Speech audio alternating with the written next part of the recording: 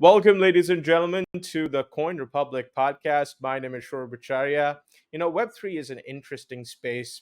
We've interviewed so many people in this space, from the head of blockchain in Vodafone to Ericsson to presidential candidates using Web3 in their, tokenizing assets and all of that. And I always thought to myself that there is more to it than just a couple of pictures of monkeys. No, nothing against them though.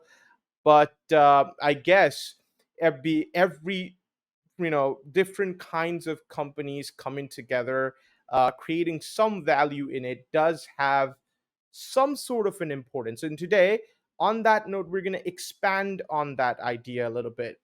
Uh, Today, I have with myself the head of Web3 and tokenization of a sports car company, a French sports car company, and a well known one, actually, Alpine.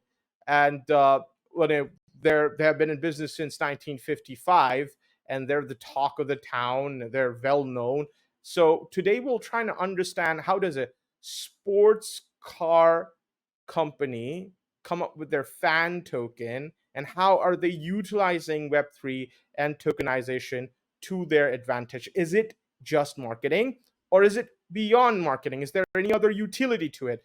To have the discussion with me today, I have the one and only Mr. Guel Wagner.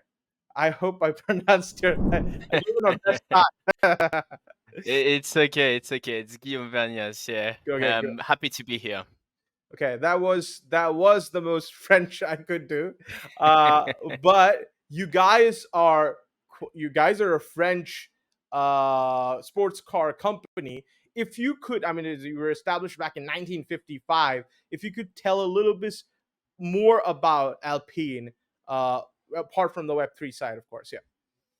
Yeah, of course. So on top of being a sports car company, we are also a Formula One team, and that's the core of who we are. So Formula One team competing against Ferrari, Mercedes, Red Bull in the Formula One World Championship. So we produced sport car and even faster cars that are F1 cars as well. So on top of it, Alpine is part of Groupe Renault, which produce the brands, Dacia, Renault, and Mobilize as well. And we are like the top of the range, the sport premium cars, basically.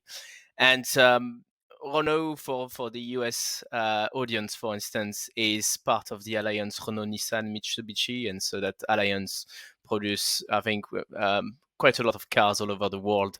These names are very familiar. And so yeah, Alpine positioning is like sports technology, and I would say it's a bit like the technology of a Tesla with like the luxury and the sportiness of a Ferrari. Fantastic. You yourself, you studied business management, have a strong background in automotive industry. What made you steer towards Web3? I love technology, so I joined the Formula One team of Alpine 7 years ago.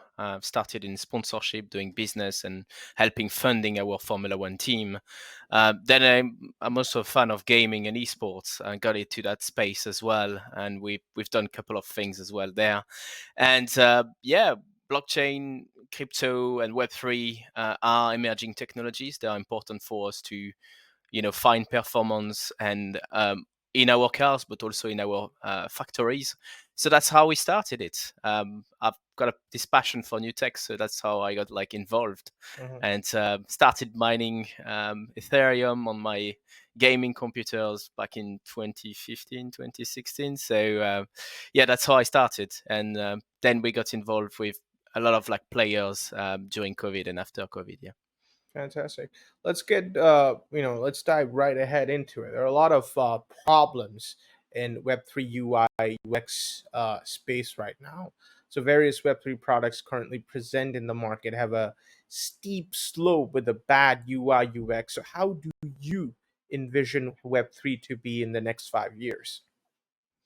I think if we take the gaming side of things, it's rapidly expanding with new technologies. So I tried, I think, a first game back in the days that were very poorly designed but really fun.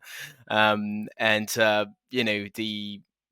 the ones that succeed in Web3 so far are the ones that have a seamless experience for users, and we don't see that many at this stage. So I think seamless experience will be the key thing for the future, and easy of access for non-Web3 users.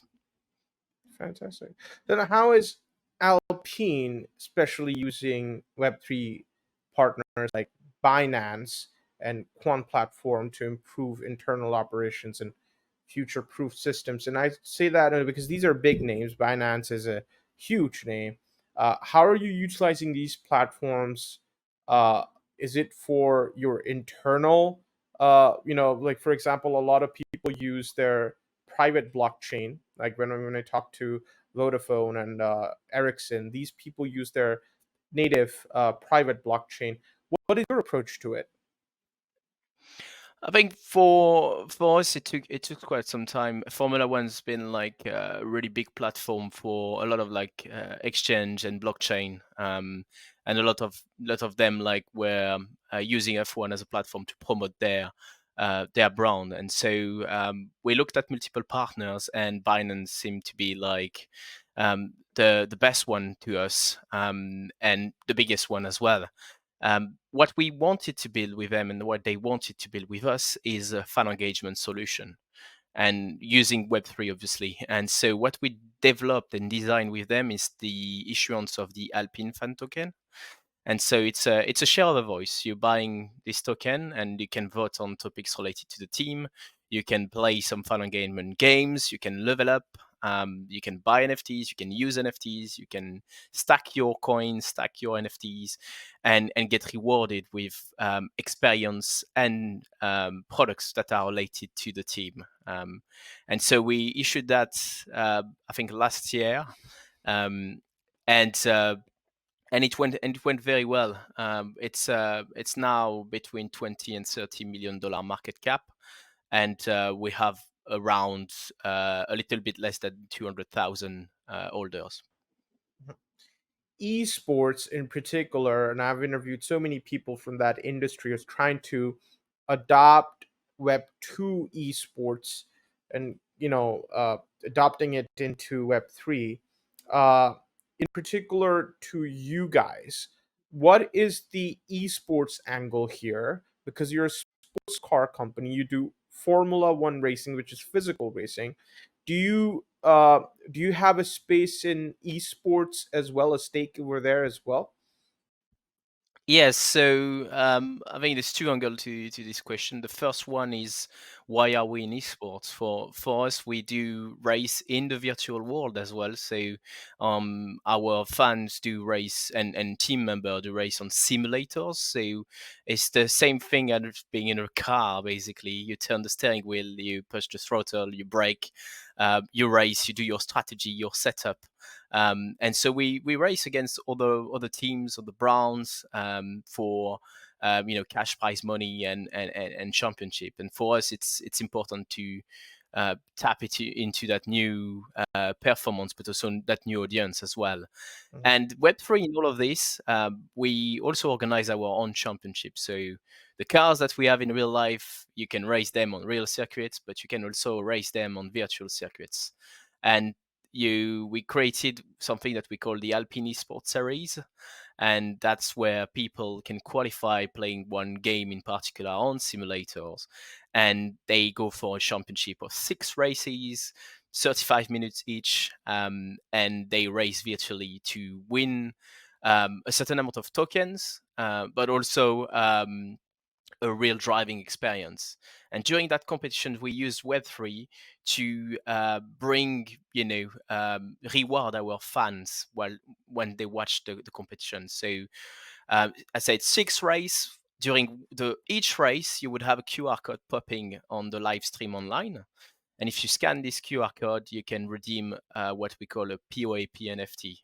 And that would be a part of a certain car. Mm, And if you watch all the 6 races, you can assemble a full car mhm. that then you can use in a dedicated game. So through that, we we doubled, our engagement, but also we had like a lot more viewers. Mm, We multiplied by 20 the number of viewers, and the engagement during the stream was way bigger. So I think the principle of it was just reward your fan through POAP NFTs. mhm. As I am taking this interview, a couple of scenes from Ford versus Ferrari, that movie is ringing a bell. They're trying to do a lot of stuff.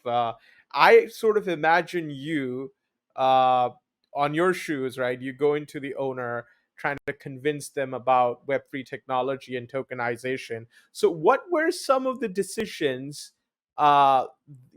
Taken in the initial stages? What were your psychology behind it? Were the management cooled with Web3, and if so, why? Was it a marketing gimmick? Was it beyond that? Could you explain that?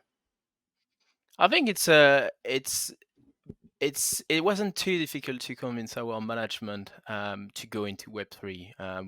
We're tech brand, so performance and technology is at the heart of our brand and company. And so, if we don't go there and explore and do case studies and do test and learn, we're failing our mission. So, it was very important for us to tap into this new kind of like area and field for a lot of brands, a lot of like car company as well.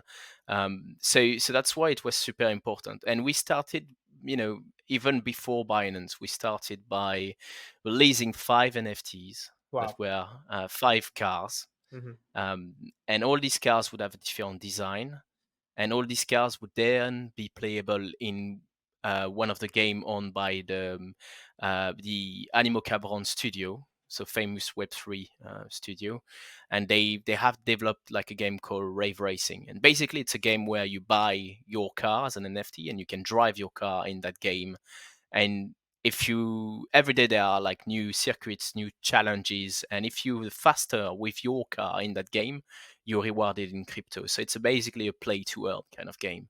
And so we released these 5 cars on auction, and they went for $300,000 in total. So for our management, it was like, okay, wow, we're making as much money as we would make with like real cars, but Mm, with selling, virtual cars. And the owners of these like cars, some of them are, sharing with us that today they've made like return on investment on the NFT that they bought thanks to the utility of this car. So you can sublet, rent out your car to other gamers. You can, drive that car and gain rewards. So yeah, it was. That's how we got like, that first success story with our management and with Web3. so let's dive a little bit about on the fan token angle. Alpine fan tokens. What are some of the further partnerships with other blockchain and gaming platforms we can expect to see in the near future? To us, we want to explore the next step of Web3, and we've seen a lot of gaming application yet. But to us, interoperability is one of the big use case of Web3. If I have my car, I want to go from one game to another. I want to go to one metaverse to another. I want to be able to own my digital assets and use it in multiple spaces, in multiple blockchain. And so, taking the first example of the 5 cars that we made, back in 2021. Now we're kind of exploring, what if I propose some cars in the virtual space for users to go from one blockchain to another, from one game to another, from one metaverse to another, just with one only digital collectible, and use that collectible across multiple studio, multiple games, multiple metaverses, and enjoy my products as I do in the real life. And so that's what is in the pipeline for us. Yeah. Let's go back to community, because you are an established company and you are in business for a while now. Uh, Creating a community-based token is very hectic task, giving value to members and all. So how did you lead Alpine's gaming and Web3 combined to the development of Alpine esports? I know you partly answered it with your utility angle, but what I want to focus over here is where your community is hanging out. Are they on your Discord server like other NFT collections, or are you guys on Twitter? How do you guys communicate, and how do new people join you guys? What's your target audience? So we have our agencies hanging out on Discord. We have a dedicated also web page on Binance where they can, weekly basis vote on different topics. We are also on Twitter through our different accounts, but we have a dedicated Web3 account as well, relaying some of the news. So that's where the people would be. We have a wide kind of like target audience. We have fans of gaming that are Gen Z and early millennials, and we have also older people that are more in tech development, business, new technologies, and that like sometimes CEOs of companies in digital that are holding our like higher price tag NFTs as well.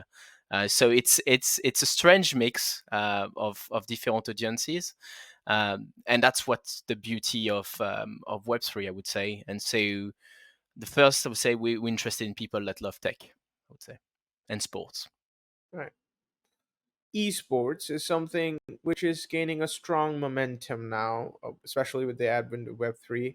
I have so many people I want you guys, to meet personally. Actually, the problem currently with this is fair distribution of revenue towards players and regulations.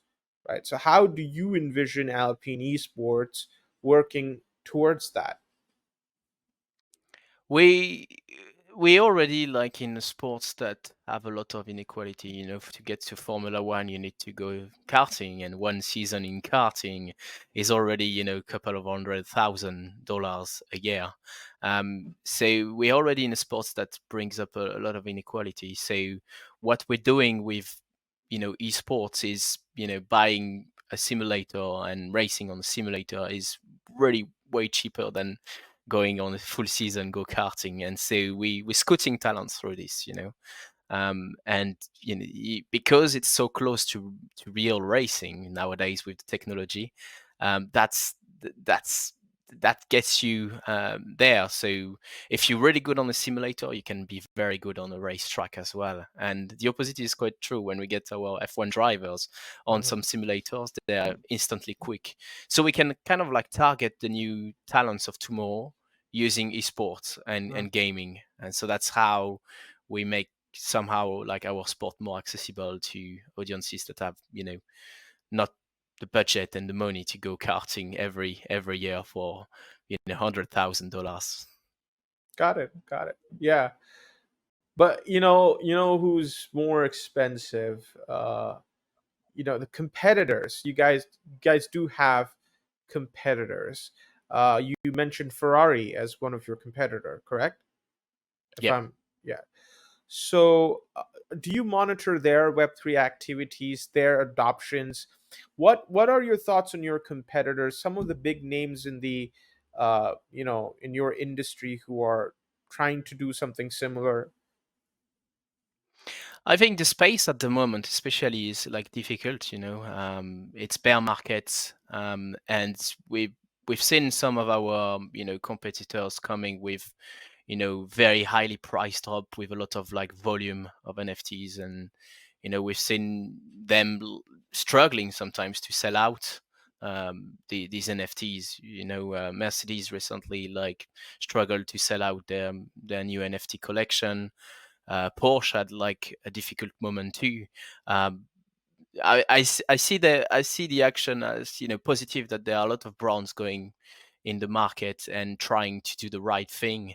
I think it's more difficulty of timing, utility, and pricing some things too expensively. We I, I I think they are very good in what they want to do, but the market is very difficult at the moment, I would say. I agree with that. But do you think it's going to rebound anytime soon? Any indications of that? I would love it to rebound, and I'm convinced it will rebound. But this is not a financial advice, I would say. Yeah, okay, yeah, got it. So final question, where can we guys follow you? Where can we see the developers? How to be onboarded on your community? A couple of insights into your floor price for those, people who can afford your fan tokens. Yeah, of course. So at the moment, the fan token is not that expensive. It's around $1.75 per token. We can trade it on most exchange platform, but mainly on Binance. Uh, so on Binance, and you can directly trade our tokens. You can follow Binance fan token accounts on Instagram and on Twitter. You can follow Alpine NFT on Twitter as well, and join our Alpine Racing Discord as well. So a lot of like platforms where you can follow our Web3 The activity. usual ones, Discord, Twitter, and all that. Yeah, all right, Yeah, ladies and gentlemen, there you have it. What one-on-one conversation with Alpine. I hope you guys do pretty well over here, and we'll definitely keep an eye on you guys and see if you could flourish. We would definitely wish you all the best for that. thank you. Right. And done.